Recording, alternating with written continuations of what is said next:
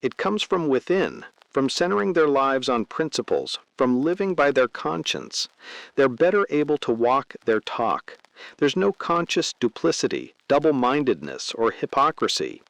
They increase their ability to make and keep commitments to themselves and others. They build a high balance in their personal integrity account. They focus on their circle of influence. They don't waste time or energy in their circle of concern. They focus on the things they can do something about and work to improve almost any situation they're in. They cultivate a rich inner life. They draw strength from regular spiritual renewal. They feast on wisdom literature, think, meditate, or in other ways nurture context, meaning, and purpose in their lives. They radiate positive energy. They become more cheerful, pleasant, optimistic, positive, upbeat. They see possibilities. They neutralize or sidestep strong negative energy forces. They charge weaker forces that surround them. They enjoy life more. They don't condemn themselves for every foolish mistake or social blunder. They forgive themselves and others.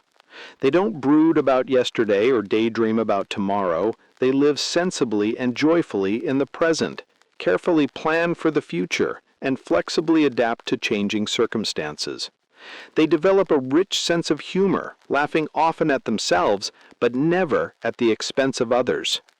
The more people develop these characteristics, the more peaceful and happy their lives become. They begin to significantly impact quality of life for themselves and for everyone around them. Becoming principle-centered is not always easy, but it does create quality of life results. The important thing is to keep trying, to keep working to create more and more alignment with true north. Letting go. The movie The Mission tells the story of a man involved in capturing natives and selling them into slavery. Upon his return to the village one day, he kills his brother in a fit of jealous rage. Deeply affected by what he has done, he sits for weeks in a hopeless stupor until a priest finally convinces him that there is something he can do to make amends. Following the priest's instructions, he attempts to do penance by making his way into the jungle with a group of missionaries, carrying a large, heavy fishnet bundle filled with all his weapons and armor on his back. The path is incredibly difficult. He struggles with his load up the mountains, across narrow ravines, and up waterfalls. One member of the group, concerned for his welfare, asks the priest if it's not time for this man to let go of his bundle. The priest replies, "He will know when it is time." At one point, after Herculean effort, this man crawls over the top of a ridge, scraped, torn, utterly exhausted. As he lifts his eyes, he comes face to face with one of the natives. There's a moment of silence. Then the native raises his knife and cuts the ropes. In that moment is a tremendous feeling of release, of letting go of all the things that were holding him back.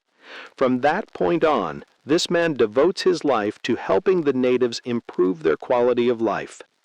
As we said earlier, every breakthrough is a break with, a letting go. As we work to put first things first in our lives, it may be time for us to let go of things that are holding us back, keeping us from making the contribution we could make. Let go of paradigms that are popular and pleasing, but based on illusion. It may seem nice in the short run to think we can set goals and accomplish anything we want and create quality of life results. But the reality is that true north principles govern quality of life. When we pursue values that are out of harmony with true north, we end up trying to control consequences and other people. It doesn't work. When we pick up one end of the stick, we pick up the other. There are principles. There are consequences. Only as we let go of illusory paradigms are we free to act in harmony with the laws that create peace and quality of life. Let go of things that aren't first things. At one of our conferences in Singapore, we had European, Asian, and Western executives meeting together. When we introduced the circle of influence and circle of concern, the Western executives began talking about how the circle of influence would help them focus on what they needed to do, The Asian executive said, "That's very interesting. When we looked at these circles, our immediate response was, 'This is wonderful. This circle of concern will help us know what to let go of.' We can only free ourselves to work on first things first as we let go of other things and focus our time and effort on the most important. Let go of rationalizing. As long as we burden ourselves with self-justification and rationalization, we aren't free to respond to the voice of conscience.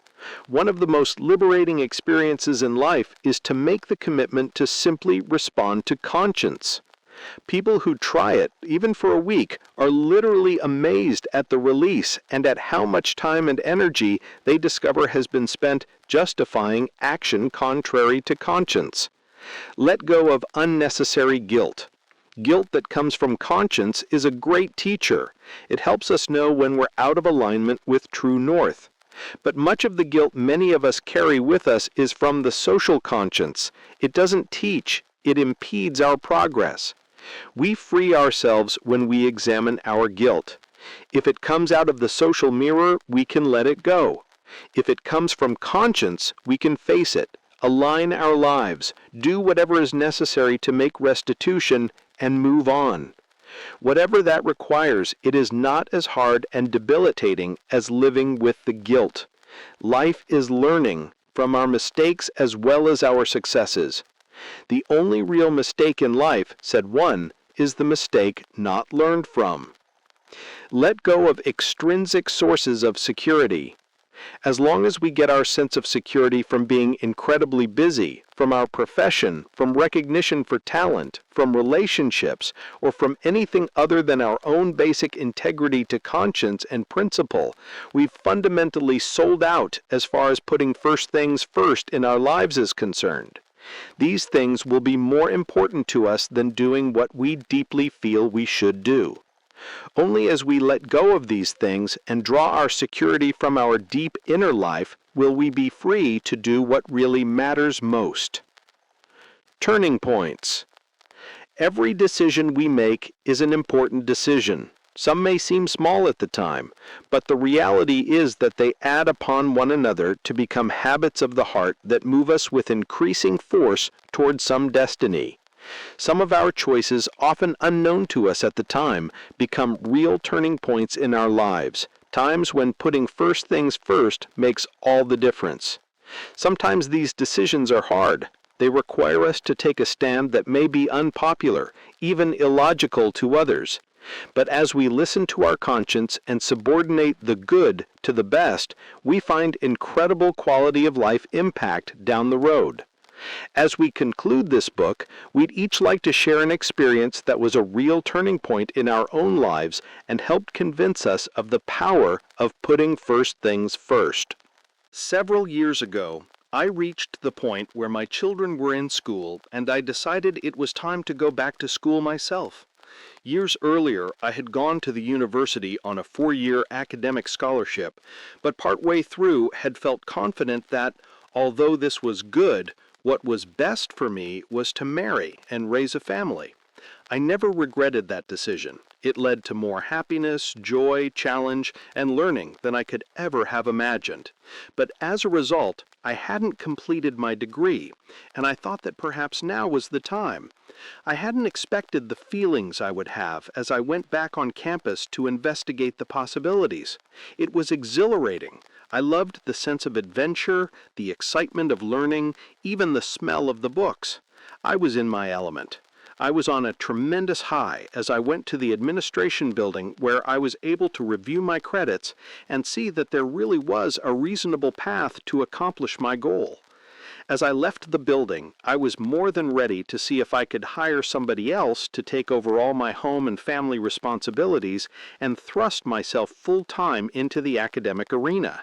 I went home on a cloud. I was thrilled with the possibilities.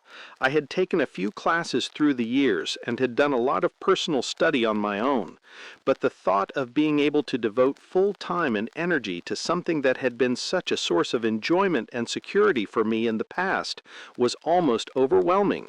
I say almost because it nearly did drown out a little voice inside me that said, "Rebecca, your family needs you."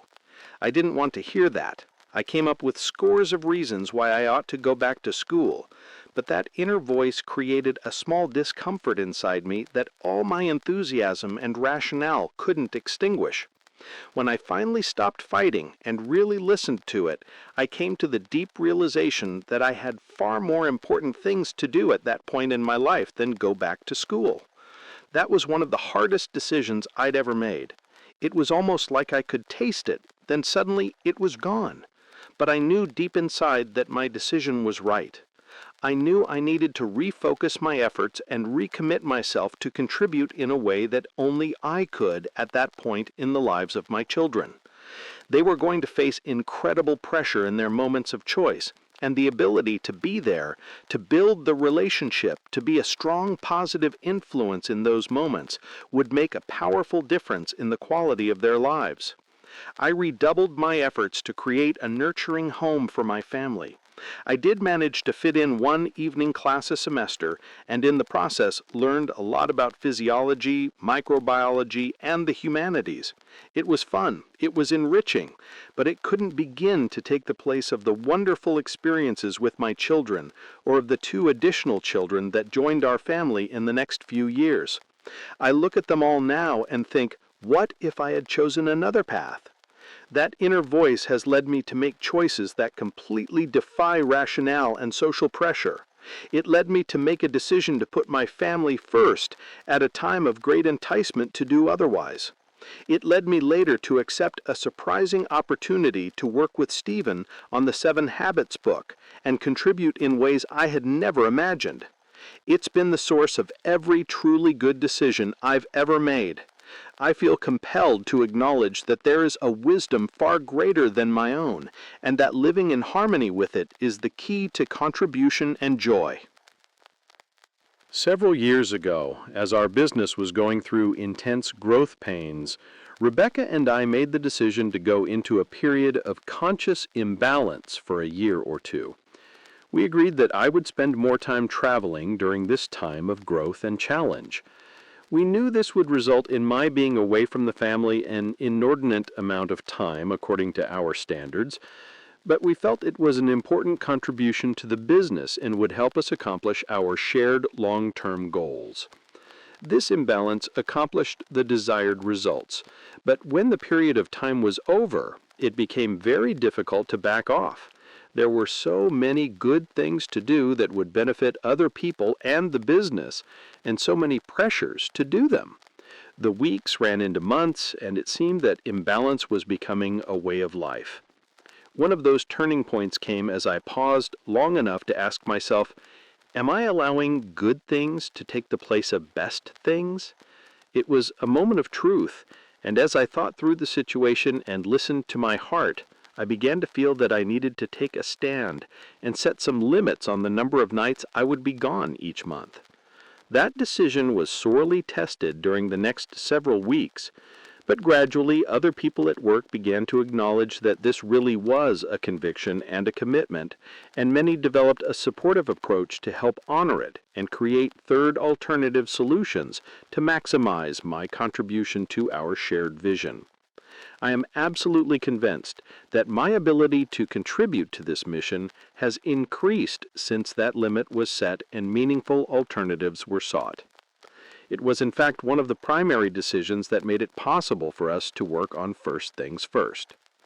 From personal experiences such as this, and from closely observing many others during this process of trying to live a life of first things first, I am absolutely convinced that there are key turning points, times when we must take a stand and make deep personal commitments in order for change to take place.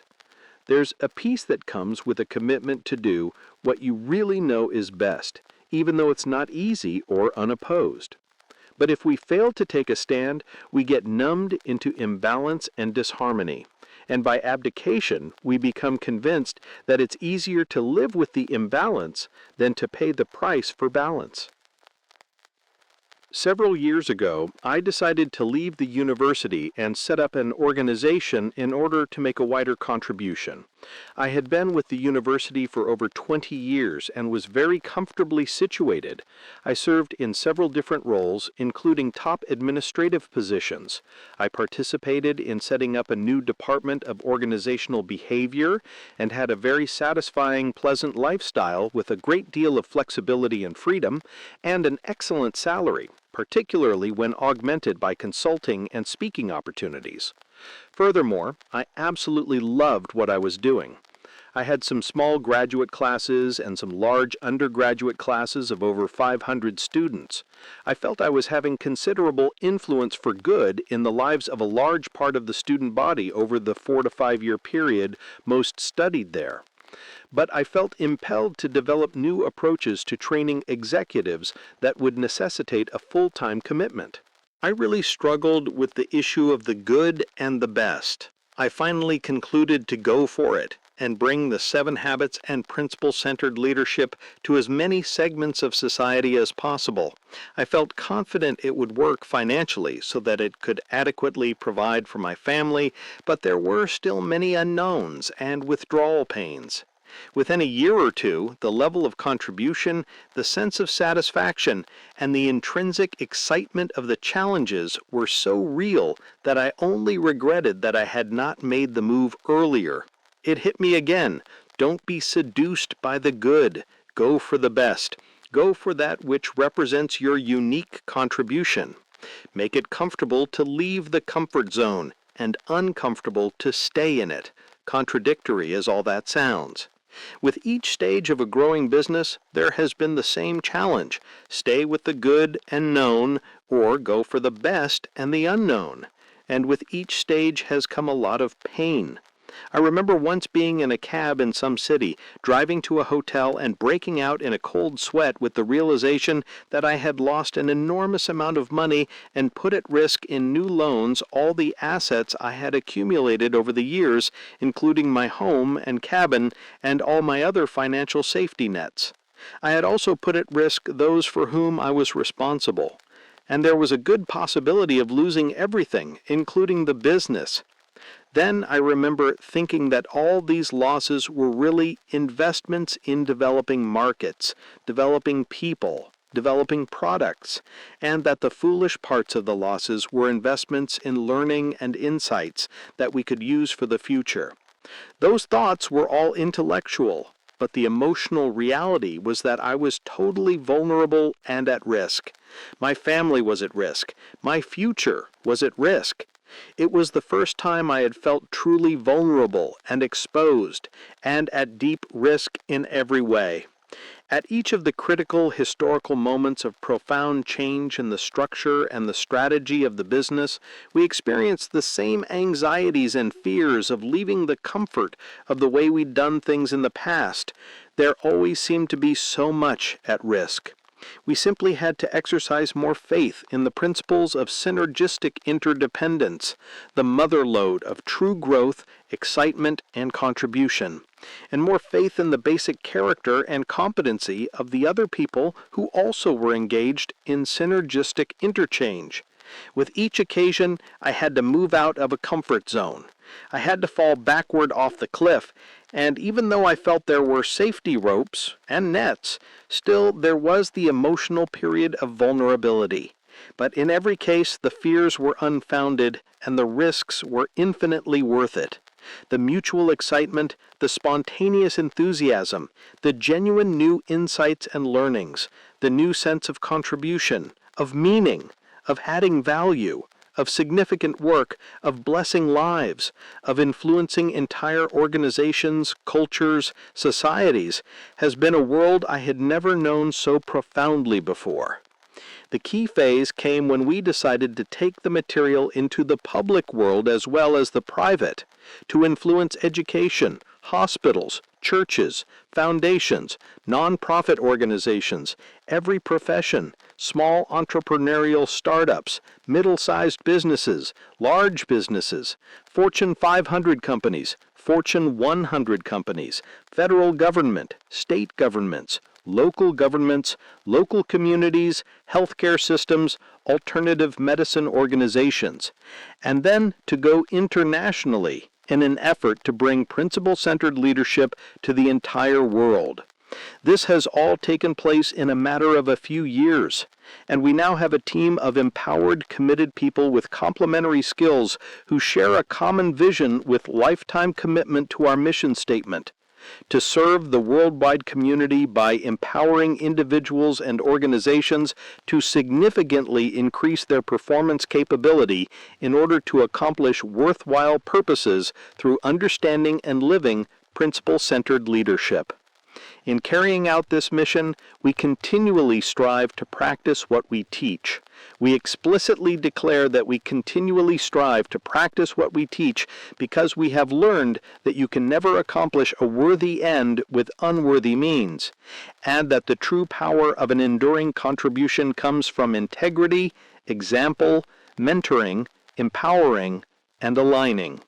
By far, the most significant challenge for me at least is to put my family ahead of my profession, of my work, of my company, of friends, of possessions. I deeply believe that if we attend to all other duties and responsibilities in life and neglect the family, it would be analogous to straightening deck chairs on the Titanic. As another put it, no institution can take its place. The family is the key institution that shapes the emotional, intellectual, spiritual, moral, social, and economic future of individuals and of our entire society. In all of this, I've come to see the necessity of receiving counsel from many people and of setting up strong independent boards and advisors with professional competence and deep character strength. I've seen the importance of setting up check and balance systems that are not adversarial, but are truly synergistic inside businesses and organizations. I've seen the importance of council government, of always having advisors or counselors. I've seen the importance of consulting the wisdom of my wife and sensing her intuition, and really being open to it, even though it may run counter to my own desires and plans.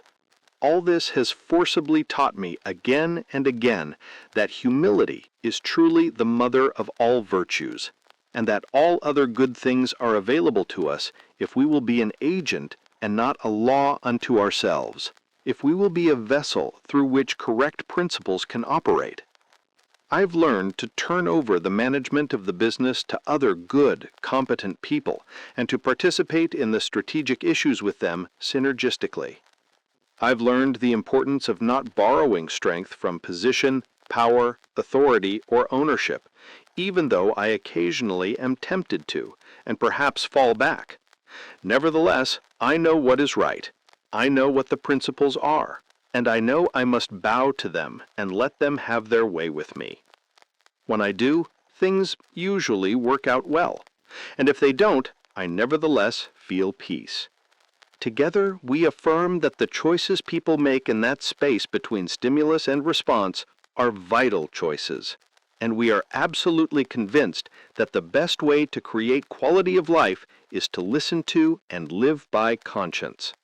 We've each had times when we've chosen otherwise, and we've experienced those results, and together we say there's simply nothing that has greater impact on our time, on the quality of every moment of our lives, than learning to listen to and live by conscience.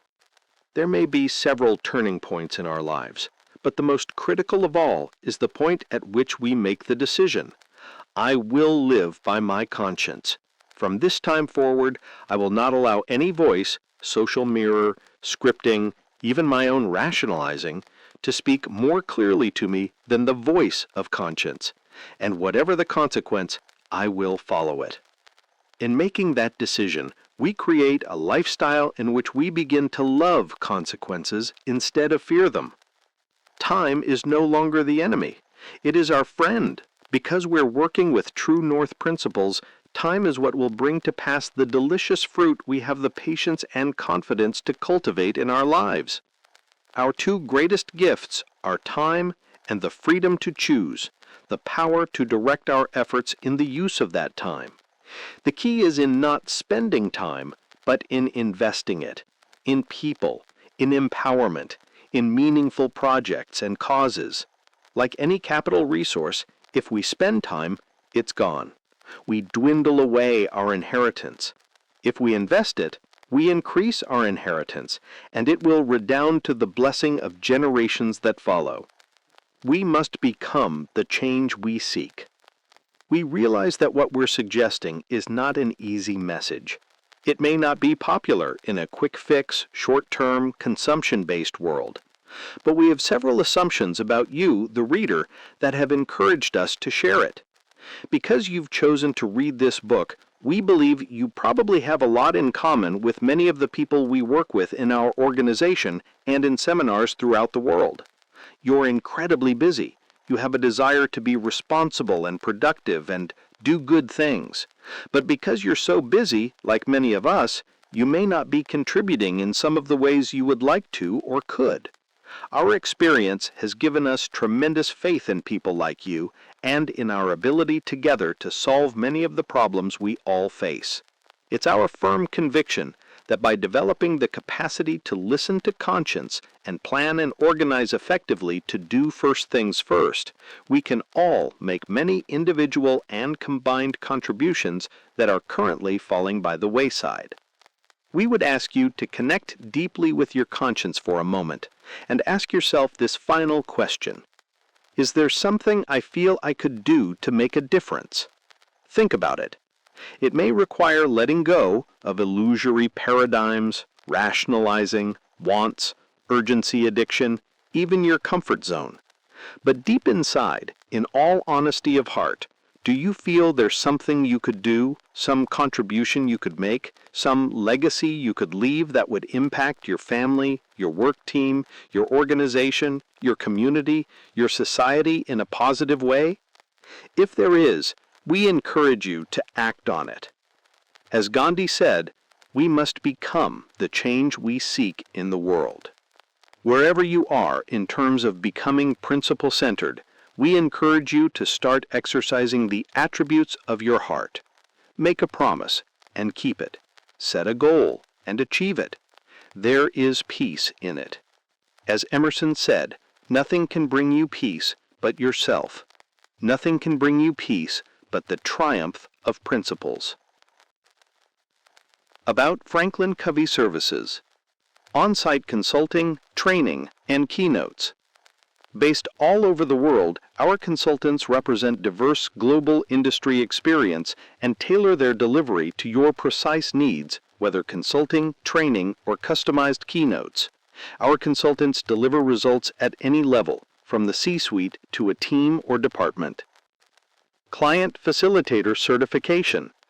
For organizations seeking cost-effective ways to implement solutions involving large populations of managers and frontline workers, Franklin Covey certifies on-site client facilitators to teach our material and adapt it to your organization's needs. We have certified more than 25,000 client facilitators worldwide. Open enrollment public programs. For organizations needing professional development for a dispersed workforce or education for individuals, Franklin Covey offers nearly 1,200 open enrollment programs to the public in 120 metropolitan areas throughout the United States. Similar programs are offered throughout the world by our regional and local offices. Custom solutions.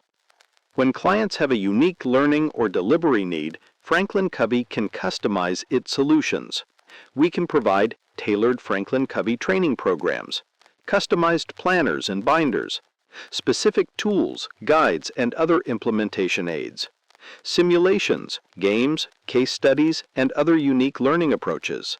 Content licensing. For organizations that desire to implement solutions by division or company-wide in a cost-effective way, Franklin Covey will license your organization to use our content or intellectual property in whatever way you see fit. This provides you with ultimate flexibility and scalability. Franklin Covey Online Learning. Franklin Covey's online learning practice provides a library of products and consulting services to help you reach more people with effective and high-quality training. LiveClick's webinar workshops put the high-quality instruction of Franklin Covey in-person training into convenient online workshops. LiveClick's webinar workshops are led by our certified instructors, or yours, and are presented live online in 2-hour modules. Engaging and interactive, LiveClick's webinar workshops offer compelling content and award-winning videos. Learn more at www.franklincovey.com/liveclicks. Help teams take action for increased performance with Franklin Covey Insights. Insights are short, web-based, video-rich learning modules based on core competencies, delivered in the course of regularly held meetings by your own managers or leaders. Each Insights module starts with an engaging video, followed by powerful discussion questions. Our online forum and goal tracking tool further help teams learn and develop. Learn more at www.franklincovey.com/insights. Develop effective employees and build cohesive teams, no matter what the person's role, with the 7 Habits of Highly Effective People Interactive Edition. Based on the best-selling business book and our world-class effectiveness workshops, the 7 Habits Interactive Edition is a 3-hour self-paced online experience with an optional 1-day live session available for a blended learning experience.